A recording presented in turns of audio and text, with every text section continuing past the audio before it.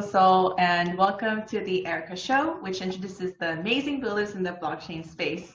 안녕하세요. 크립토사원 에리카입니다. 에리카쇼는 블록체인 업계의 다양한 분들과 인터뷰를 하면서 알아가는 콘텐츠입니다. 10번째 게스트로 요즘 코인마켓캡보다 더 핫해진 코인게코의 대표 Bobby Ong님을 모셨습니다. Today's guest is the person behind the CoinGecko, the hottest data aggregator platform for cryptocurrency prices, Bobby Ong. Hi, Bobby. Welcome to the show. Hi. Glad to be on the show. How have you been? I'm good. It's been working from home this time around, but it's been a crazy 2020. Can't really travel much. Been stuck at home. I guess it's the same for you and everyone else around the world. Definitely. So for viewers who may not be familiar with CoinGecko, could you please introduce yourself and tell us what you're working on in the blockchain scene? Yeah, sure. CoinGecko is the leading cryptocurrency data aggregator. What we do is we track crypto stats such as price, market cap, trading volume, and a bunch of other different stats for all the cryptocurrencies in the world. So at this point in time, we track over 6,000 coins from 400 different exchanges, and we'll be adding more and more coins, and we imagine a future where there will be millions of tokens in the world, and we're out there building to prepare and build CoinGecko to be the infrastructure to serve the needs of the crypto market. 6,000, wow, I never knew so many coins. You've been quietly and consistently building in the crypto space for some time. It's been since 2014, is that right? Or 2013? That's right, yeah. Yeah, so I first got into the space in 2013 and learned a little bit about Bitcoin and a few different cryptocurrency altcoins back then. And in 2014, decided I want to play a role in the space and started CoinGecko with my co-founder in early 2014. Yeah, I mean, what made you start CoinGecko? CoinMarketCap was there, right? And what made you start this whole project?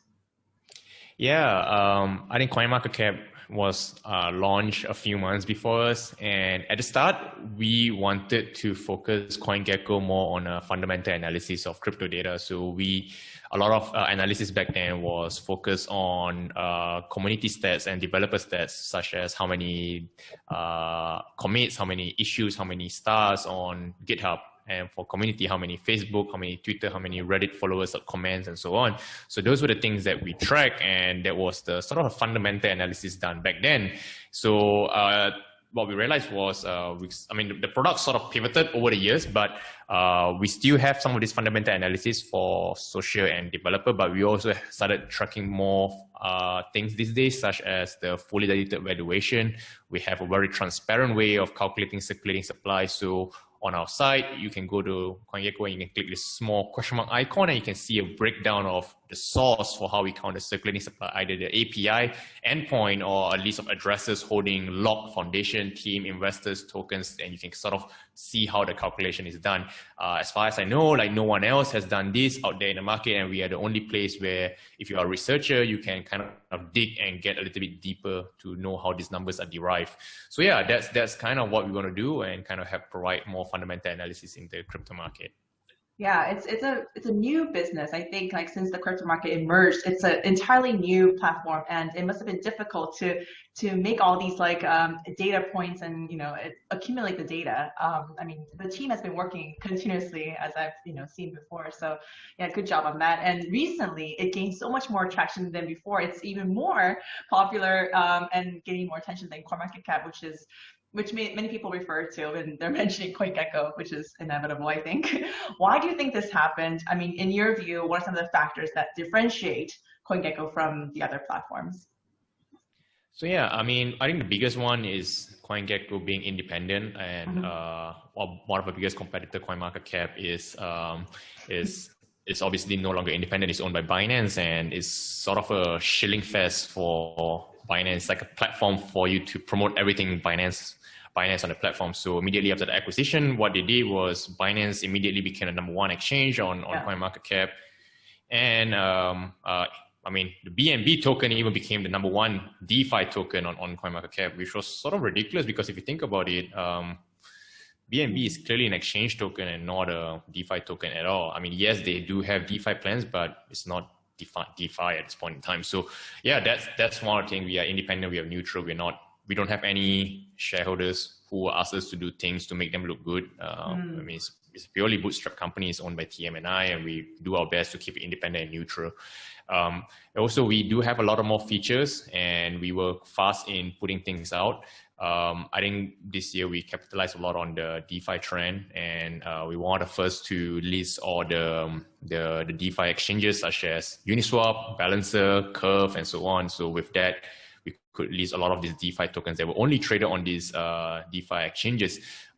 It wasn't an easy task because CoinGecko was built for to collect data from centralized exchanges. But decentralized exchanges come with its own set of challenges. They don't have REST API, and we had to kind of find ways how to get this data. So a lot of them was, at this point in time, we used the Graph protocol to sort of read on-chain data. So there was a lot of re-engineering to sort of get this data from the chain. And teams were very proactive in trying to get all this data, and that's how we sort of try to improve. I think another thing that's worth mentioning is also like our efforts in really hearing what the community wants. And if you remember 1 year ago, like a lot of people were talking about how exchanges were putting out fake volume, and like the more they fake, the higher they appear on aggregator sites like CoinGecko, CoinmakerCap, and so on. We came to a point where like sometime early last year, we decided that this can't go on forever. We can't go to CoinGecko every day and look at the list of exchanges, and the shittiest exchanges are ranked at the top because they are the ones that fake the most volume, and all these volumes are no longer trustable.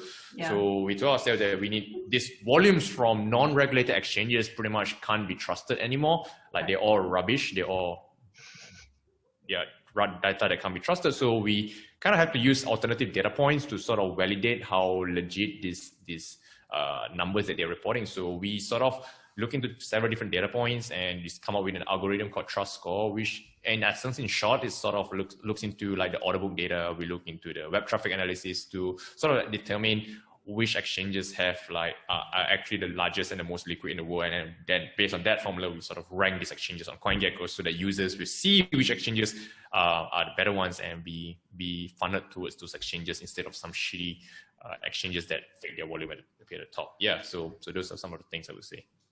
Yeah, awesome. I mean, you mentioned about your efforts in DeFi. We'll mention that later. But like, there are so many coins listed on CoinGecko, and you've been very quick in getting all these like DeFi related tokens on board. Is there a certain criteria or standard on listing a cryptocurrency on CoinGecko? Yeah, we do have an internal criteria because there's just so many coins that are being launched, and a lot of them, let's just say most coins that launch, they sort of die off after a few days. So, I mean, it's just a lot of effort to create and then like having the coins die. So we sort of like have an internal criteria to sort of see mostly around liquidity and volume. And if it fits this criteria, then we generally will list them. As it means that people are interested in the coin, are trading this coin. So yeah, there is some internal criteria, but we don't really disclose them because, as we know that in crypto, any metric that is tracked or disclosed will eventually get manipulated. So yeah, I totally understand. But yeah, I think a lot of coins, I mean, it's difficult to even evaluate them at this moment, at the time of launch, right? So it's just, I was wondering like, what was the criteria?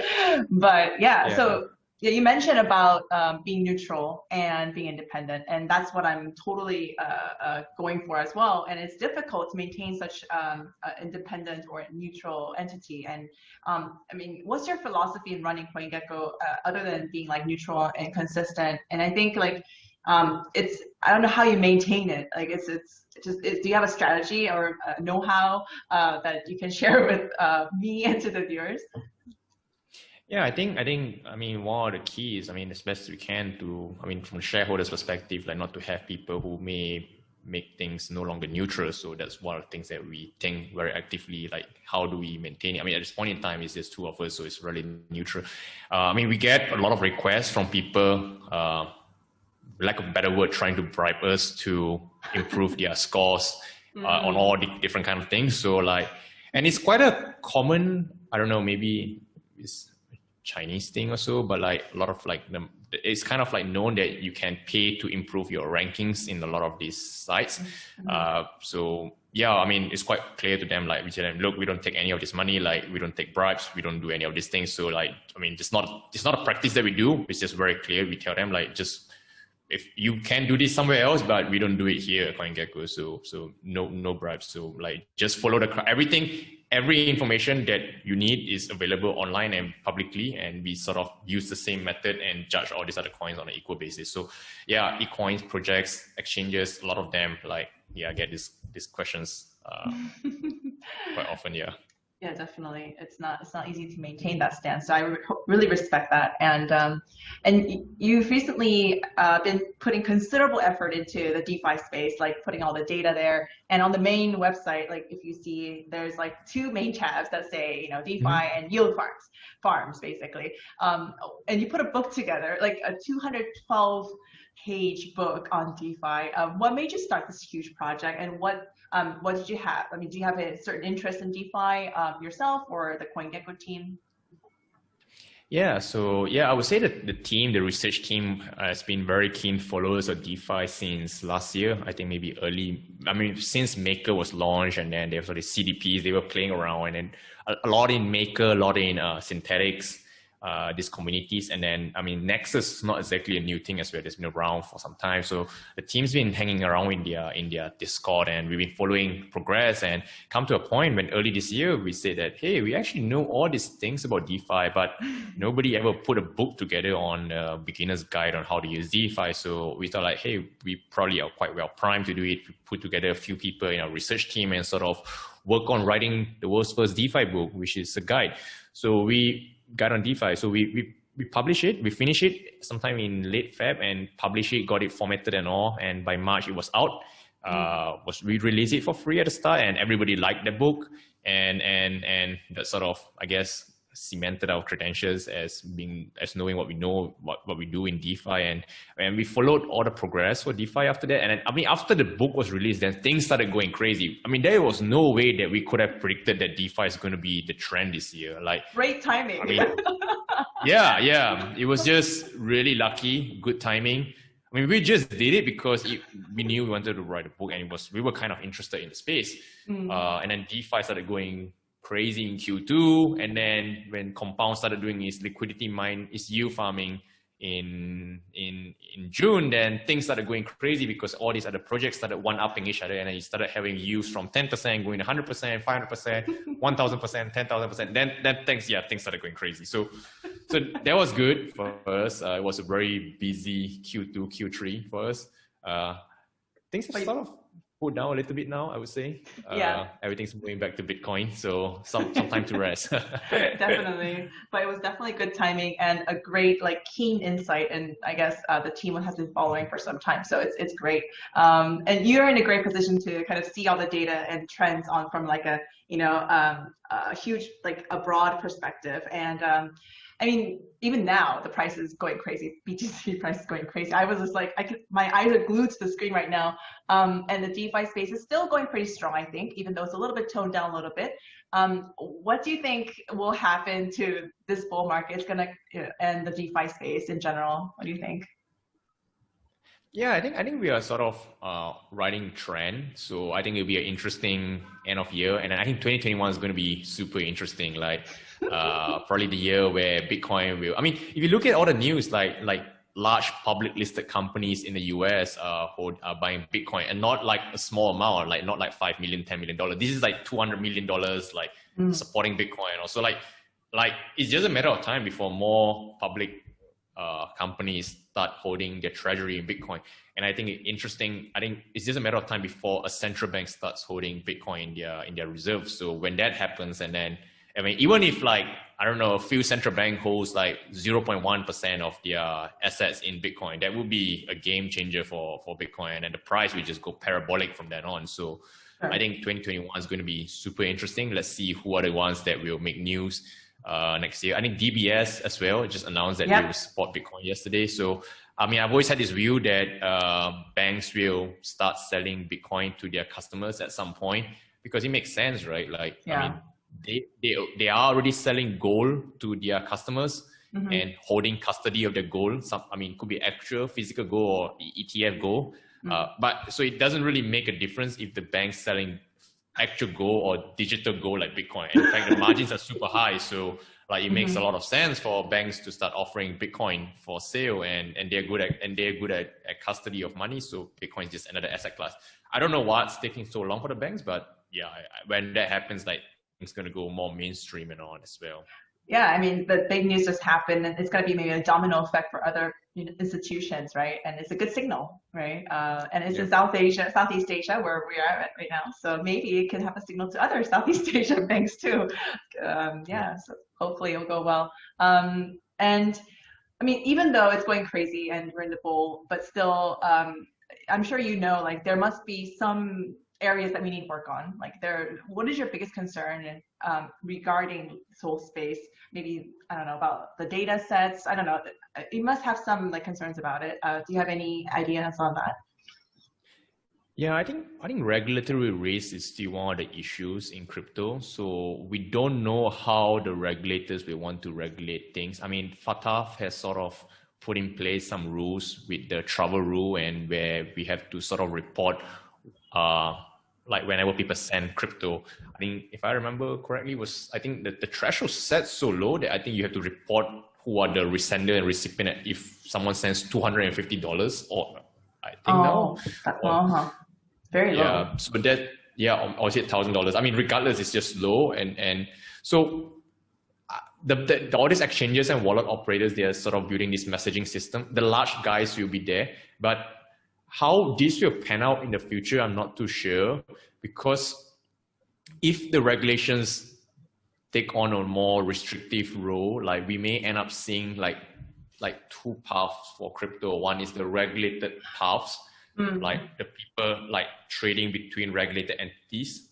Yes. And then the other one's kind of the Wild West, like everyone's kind of like the non-KYC, all these wallet operators don't have KYC and then don't submit to all these rules, and or I don't know how maybe all these guys will be forced to follow the rules, but there will always be this sort of unregulated version. I mean, ideally it should all be one, so that the coins are perfectly fungible. But if it does diverge that way, then like a coin on the regulated side will be technically worth more than the coin on the unregulated side, because that's sort of like black market money, if you want to put it that way. So I think that's still kind of a risk there, and how the regulators set rules that may encourage or hinder progress in crypto might be something to watch out for, I would say. Of course, it goes without saying all the other things besides regulation, like hackings and all those are sort of typical problems that are in crypto. And I hope that we won't have large hacking incidences like I mean, big one, KuCoin and DeFi holding billions of dollars. There's always a risk of a big hack happening in one of these platforms. So yeah, there's yeah, for sure. Taxes also. I mean, Korea tax is hindering the entire space from growing. So I think that's a huge thing that's hindering in the Korean crypto space right now. But hopefully governments will wake up and know what's up right now. For CoinGecko, I mean, it's really doing well right now. But do you have some sort of upcoming milestones in the shorter term or longer term? Do you have any like ultimate goal for CoinGecko, or is this? I think for us, like the way we think about things is kind of like a few years milestone. So I mean, the exact details of what we want to build, we don't really know, because the market moves so fast and we sort of have to adapt to things. But we know that there will be a future where, I don't know when, but in a few years time, maybe 5, maybe 3, 5, 10 years, I don't know. But there will be a time where there will be 1 million tokens on CoinGecko, and how do we manage that situation in the future is something that we will go through that. And then there will be tokens on multiple different chains, and tokens appearing on multiple chains as well. So for example, Tether is kind of a good example. Tether USDC, Tether is on Omni, it's on Ethereum, it's on Tron. Like we will start seeing all this cross-chain interoperability and all. And then, I mean, a lot of things that we're thinking is how do we handle these tokens and then the prices across these various chains as well.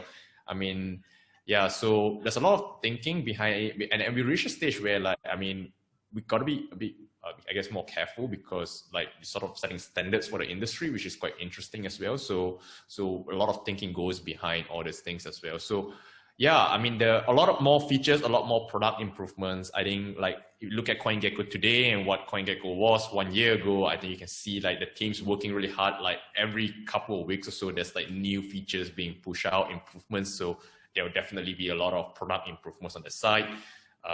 So yeah, those are the kind of short and long term. Nothing really exact specifically, but a lot of plans on a high level. Yeah, you gotta play by ear in this crypto space. I think always like be like on the go, and you never know what to predict right now. So yeah, I think you're doing great. But like the things that I really like about CoinGecko is the community efforts, right? I'm following the Twitter, I'm following like all the newsletters on CoinGecko, and you do such a great job in like leveling up to the community and asking questions that really make us smile. I think that's really I think that's a really good focus to have. Did you have any like focus on the community efforts, and what do you want to try more to make the community more involved? Yeah, so I mean, everything that you see is really down to our team, right? I mean, I used to handle all this marketing comms and community management, but like we started onboarding a few guys, and then I start passing off all these things to my team, and I would say they do a lot better job than what I do, and they're like, yeah. So I told these guys, like, I mean, crypto is all about community, right? Without a community, there's really nothing to a project. So I mean, community is kind of a top focus for all of us, and that's what we do, and we spend the effort and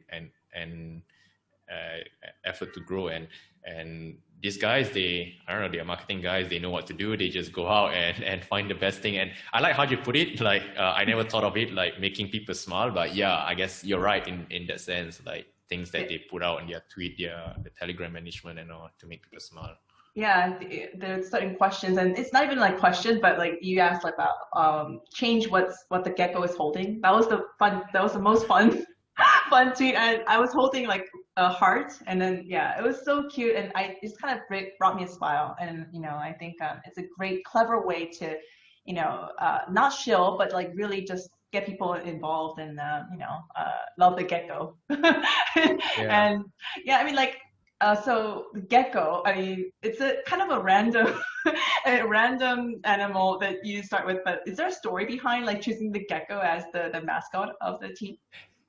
Yeah, it's a good question, and it actually segues quite well with one of my follow-up answers to your earlier question. So we chose gecko. So this was in 2014, right? And we had to choose a name, and we knew.